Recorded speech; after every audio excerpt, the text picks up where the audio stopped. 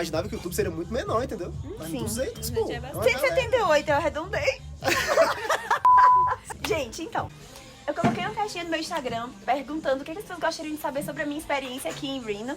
E entre muitas coisas, uma das coisas que mais apareceram foi como foi o processo de vir pra cá. E então eu já tava planejando fazer um vídeo contando um pouco sobre o meu processo de vir pra cá.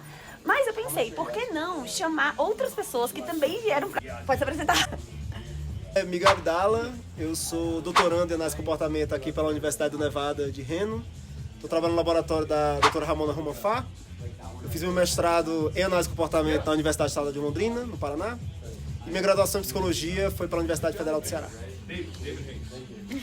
Oi, eu sou a Heloísa Zapparoli. Eu tô aqui. Okay, Ryan, you got my information. Yes, sir. Thank you, David. Oi, eu sou a Heloísa Zapparoli. Eu tô aqui fazendo uma visita de 6 meses na Universidade de Reno, de Nevada, Reno. E tô no laboratório da Ana Pires Daughter. Eu faço meu doutorado lá na UFSCar, em São Carlos. Eu também fiz minha graduação e meu mestrado lá em São Carlos e lá atualmente estou sob a orientação da professora Marielle Cortez. E acho que eu já devo ter falado isso em algum momento aqui, mas eu tô... meu doutorado também é na Estadual de Londrina, meu mestrado também foi lá em análise do comportamento, também me formei na UFC. E lá em Londrina, minha orientadora é a Carolina Laurenti e eu tô aqui num programa, assim como a Heloísa, de doutorado sanduíche. E aqui meu orientador é o Matthew Leon e é isso. Eu não sei se a Heloísa tu pensava isso, nem se tu pensava, na verdade a gente não ensaiou nada de... A gente tá, enfim, tá no freestyle aqui, mas eu acho que até conversar com o Miguel e com outras pessoas que... Ai! No, you can't... you can say hello for my followers on YouTube, come on. Hey, keep it going. Thank you. Sim.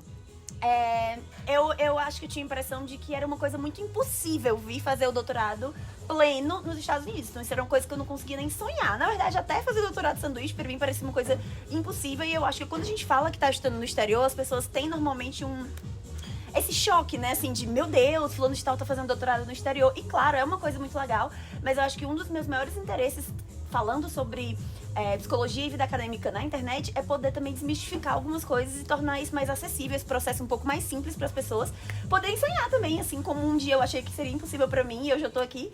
Então eu acho que eu queria muito trazer esse vídeo também nessa intenção, de mostrar que é possível, que dá para sonhar e que temos aqui 3 brasileiros numa das maiores universidades do mundo, das melhores do mundo no programa de análise do comportamento. Então, é isto. Miguel tá fazendo aqui doutorado pleno com a doutora Ramona Romanfá, como ele falou. E, Miguel, como é que foi esse processo de ir pra cá? Por que você escolheu essa universidade? E desde quando você teve que se antecipar pra poder vir pra cá e a coisa acontecer mesmo? Foi muito tempo? Não foi? É assim, eu também sempre tive essa sensação assim, de ser um negócio impossível, sabe? Porque a gente não vê muita gente fazendo doutorado fora, pelo menos em psicologia comportamental no Brasil, né?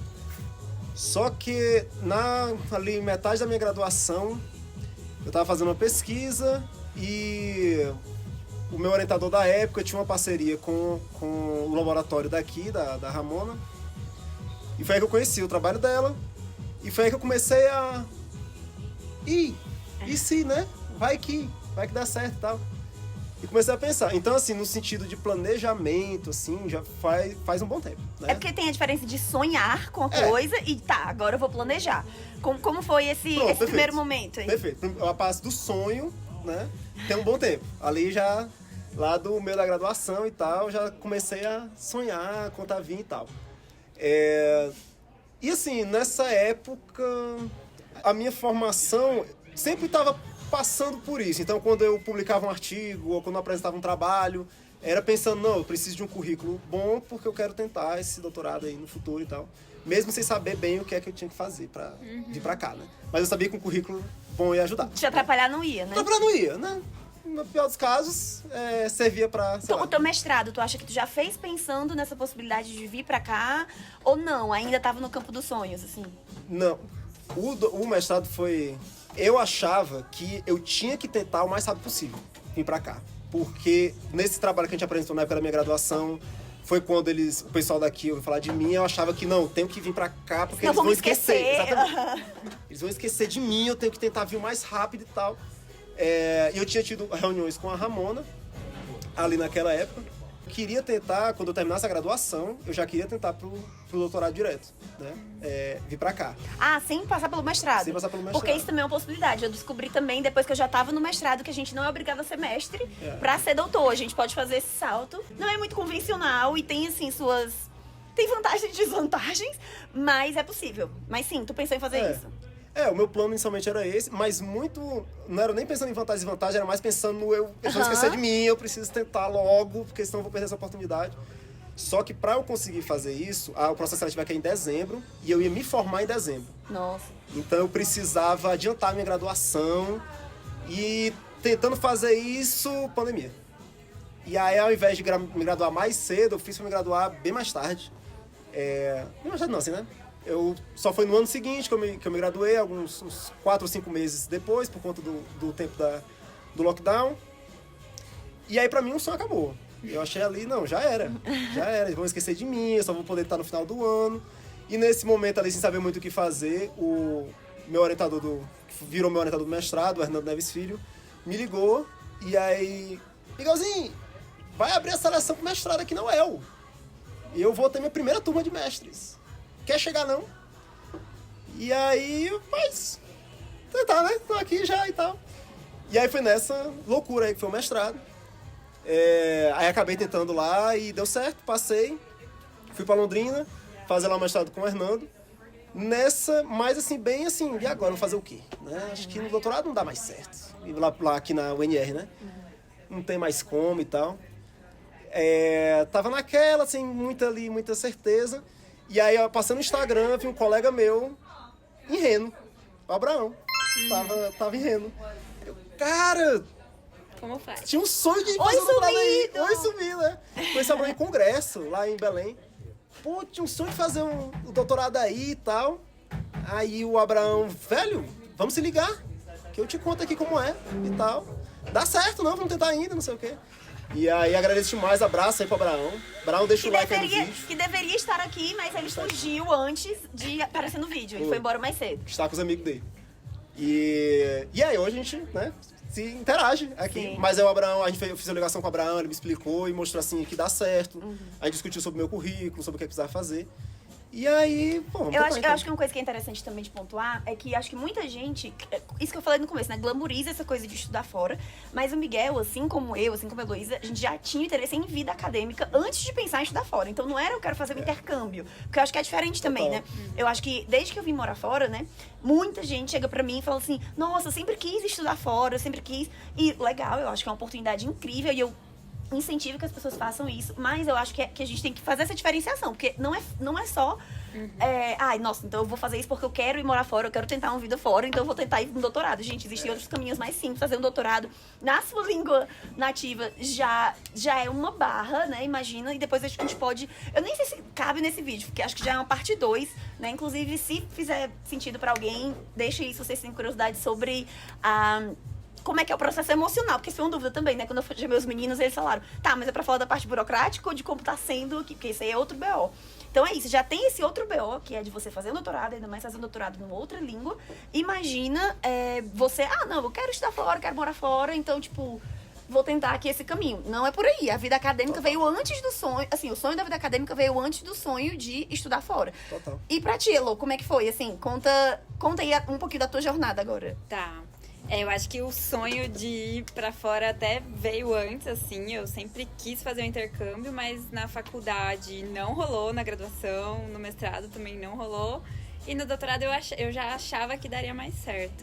E aí morei fora um tempo, morei na França, mas não... A Elo é muito viajada, gente. Mas por conta do meu namorado, que foi fazer parte de intercâmbio lá. E eu fui junto, aproveitei. Era época de pandemia, consegui passar um tempo lá.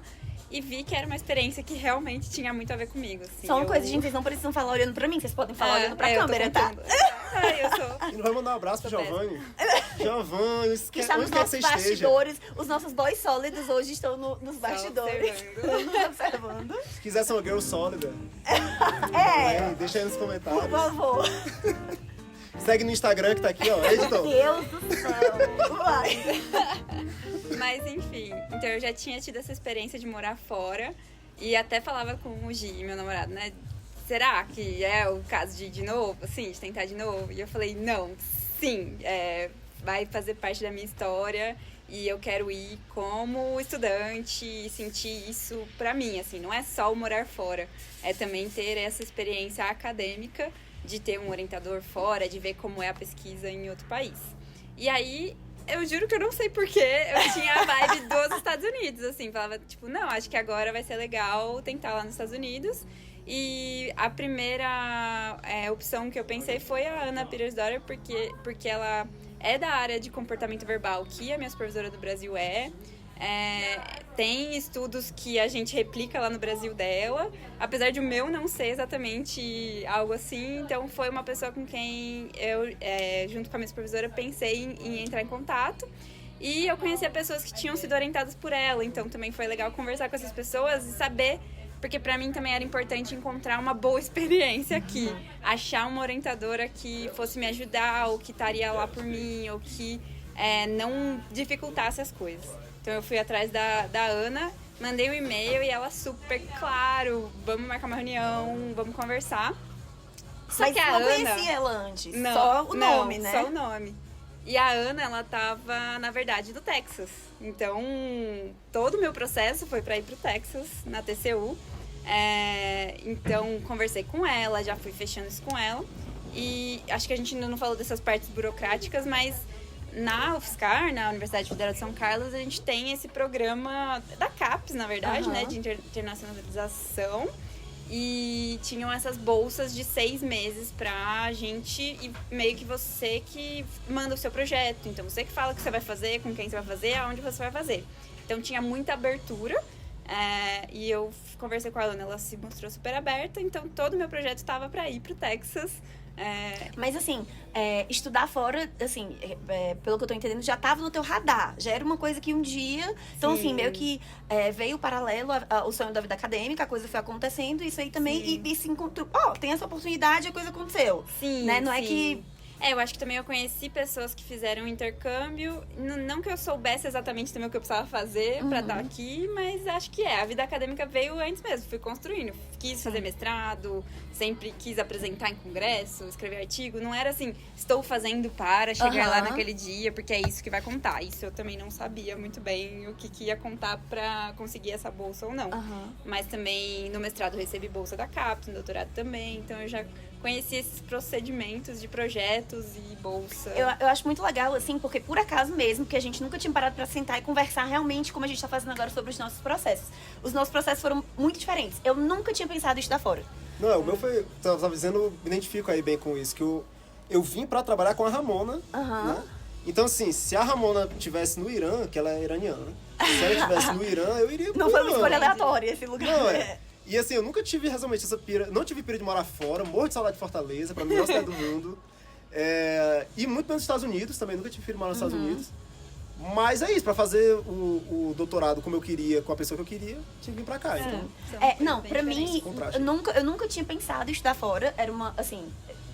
Não era uma coisa que estava muito distante do meu radar. Assim, era uma coisa que eu não conseguia nem sonhar. Primeiro porque eu não cresci falando inglês. Assim, eu não fiz inglês desde criança, eu aprendi a falar inglês adulta, já quando eu já tava na graduação. Não é de Sobral?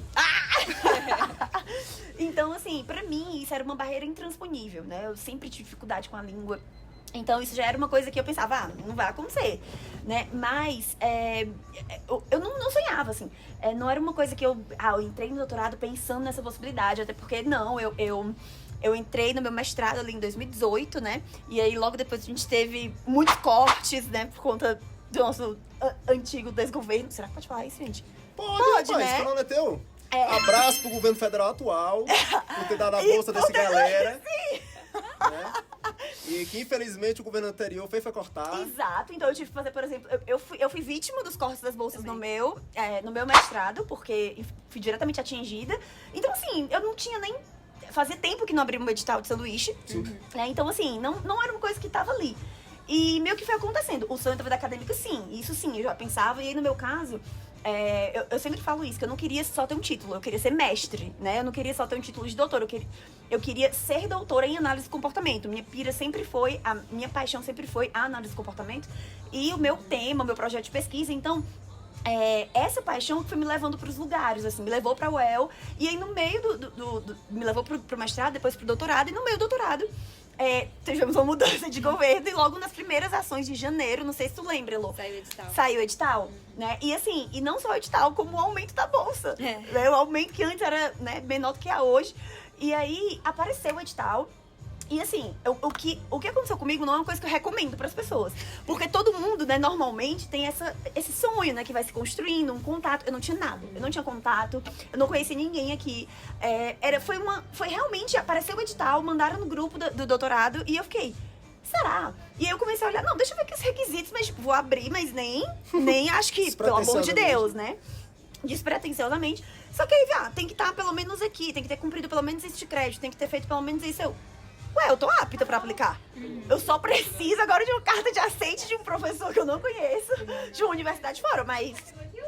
Aquela coisa que eu sempre digo, né? As coisas que você consegue na vida sendo gaiatinha. Então, o que eu fiz? Comecei a ir atrás mesmo, assim, enfim. E aí, acho que agora a gente pode entrar um pouco mais nessa parte, né? De como foi o processo. Então, assim, se tornou um sonho no meio do caminho. Porque não era. Mas quando eu vi que era possível a coisa acontecer... Parte 2, explicando o processo seletivo diretamente que nós passamos para poder estudar aqui hoje.